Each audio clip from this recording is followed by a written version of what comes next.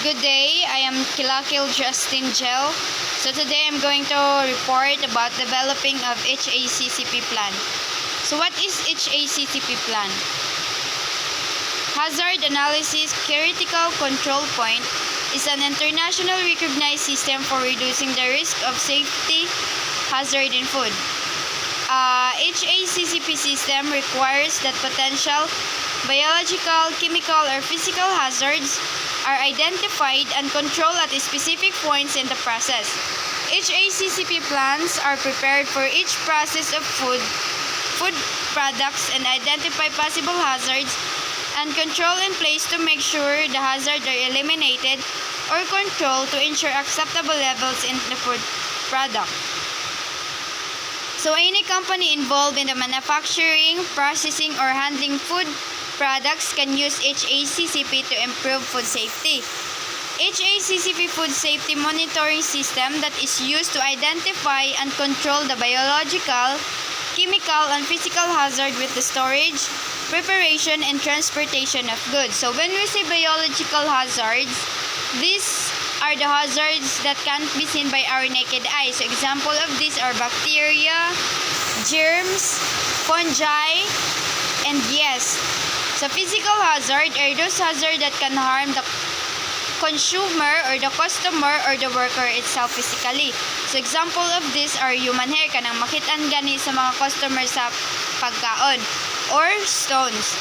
And chemical hazard are any substance that can cause a health problem when ingested or inhaled.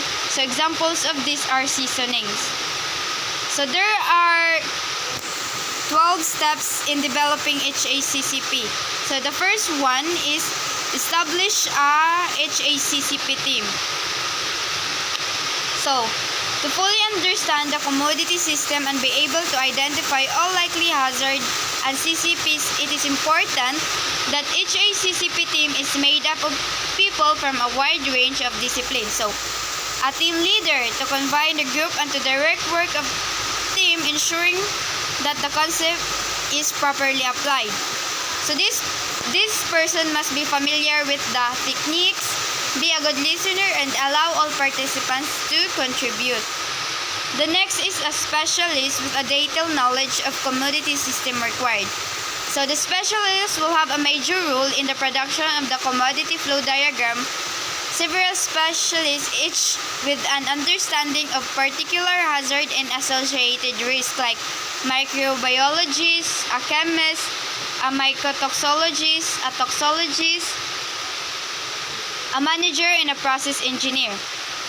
Then people such as packaging specialists, raw material buyers, distribution staff or production staff, farmers, brokers, or who are involved in the process and have working knowledge of it may be brought into the team temporarily in order to provide relevant expertise. So the next one is describe the product. The Haccp team provide a general description of the food, ingredients, and processing method. Then the method of distribution should be distributed frozen, refrigerated, or at ambient temperature. So the Haccp team must begin by giving an overview of the food, ingredients, and processing techniques, the distribution method, or as well as whether the food will be distributed frozen, refrigerated, or at ambient temperature. 3 is identify the intended use of consumer. Describe the normal expected use of the food. The intended consumer may be by general public or a particular segment of the population. So it refers to its normal use by end user or consumers. The Haccp team must specify where the product will be sold as well as the target group, especially if it happens to be a sensitive portion of the population. So number 4, construct flow diagram to describe the process. The flow diagram should be provide a clear, simple outline of all the steps involved in the process that are direct under the control of the establishment. So, the flow diagram can also include steps in the food chain which come better and after the processing that occurs in the establishment. The diagram can be a block type or design. It does not need to be a complex or engineering drawings. Also include a simple schematic of the facility can be useful for understanding product and process flow. So the flow diagram should be constructed by the HACCP team.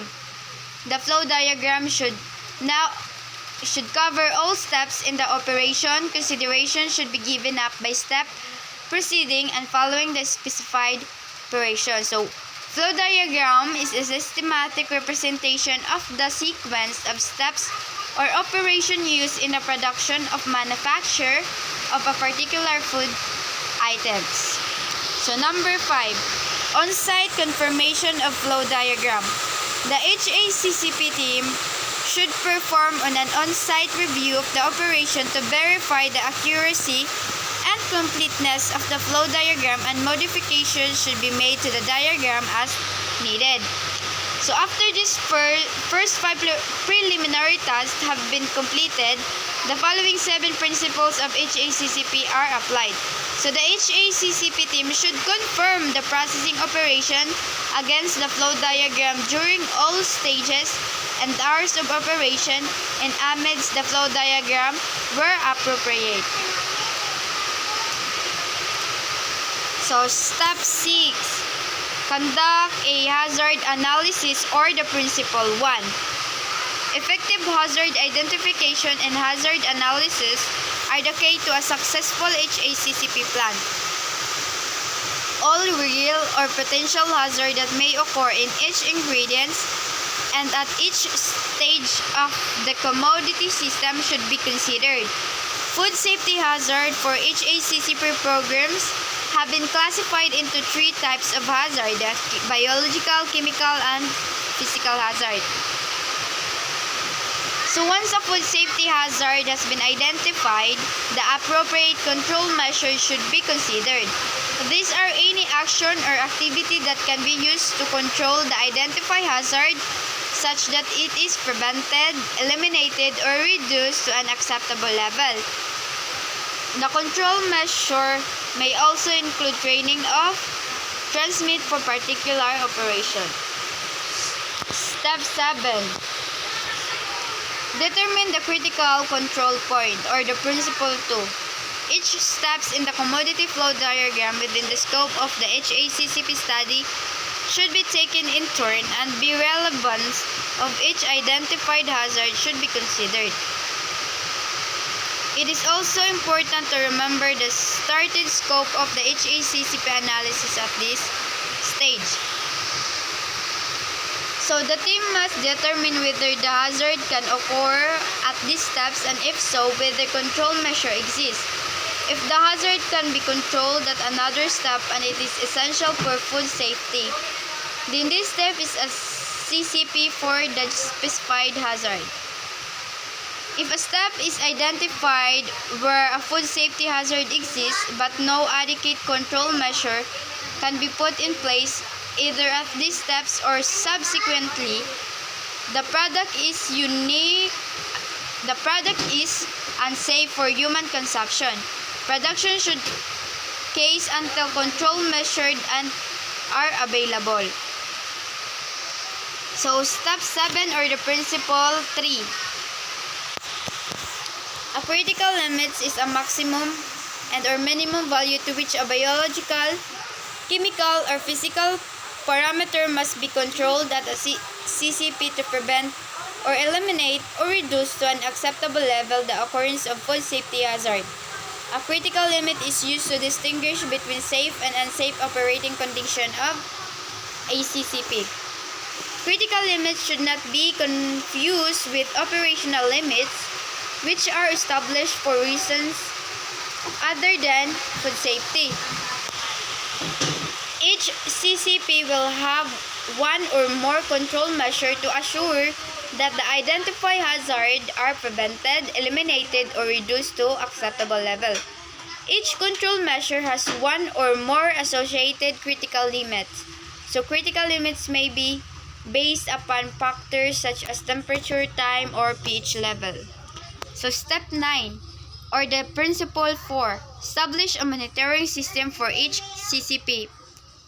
Monitoring is a planned sequence of observation or measurement to assess whether a CCP is under control and to produce accurate records for future use and verification.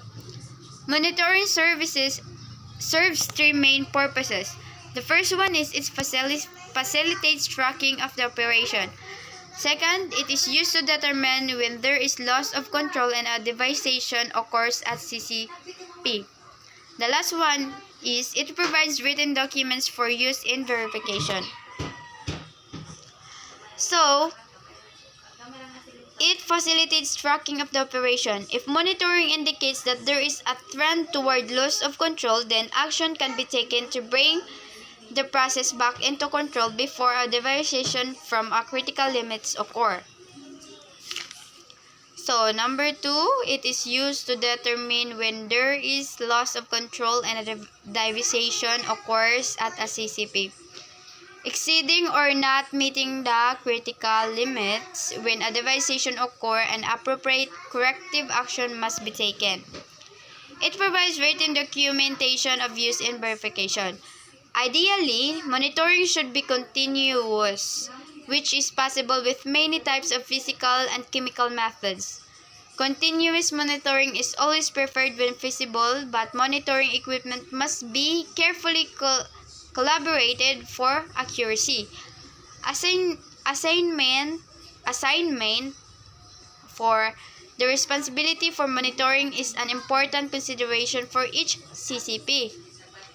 Personnel who monitor CCPs are often associated with production. So, step number 10. Establish corrective action. No system is perfect. So when preventive measures fail, corrective action must be in place to prevent potential hazardous food from reaching consumers. Corrective action should be determine and correct the cause of non-compliance. Determine the disposition of non-compliant product. Record the corrective action that been taken. Specific corrective action should be developed in advance for each CCP and include in the HACCP plan. As a minimum, the HACCP plan should specify what is done when a deviation occurs, who is responsible for implementing the corrective action, and that a record will be developed and maintained of the action taken.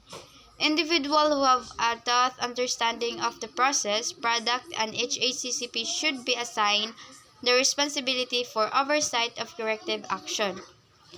So, steps 11, or the principle 6, establish verification procedures. Verification is defined as those activities other than monitoring that determine the validity of the HACCP plan and that system is operating according to the plan. One aspect of verification is evaluating whether the facility's HACCP system is functioning according to the HACCP plan. An effective HACCP system requires lethal and product testing since sufficient validated safeguards are built in early in the process. Therefore, rather than relying on any product testing, firms should rely on frequent reviews of their HACCP plan. Verification that the HACCP plan is being correctly followed and review of CCP monitoring and corrective action records. Another important aspect of verification is the initial validation of the HACCP plan to determine that the plan is scientifically and technically sound, that all hazards have been identified, and that if the HACCP plan is properly implemented, this hazard will be effectively controlled. Subsequently, validation are performed and documented by the HACCP team or any independent expert as needed. For example, validation of conduct when there is an unexpected system failure.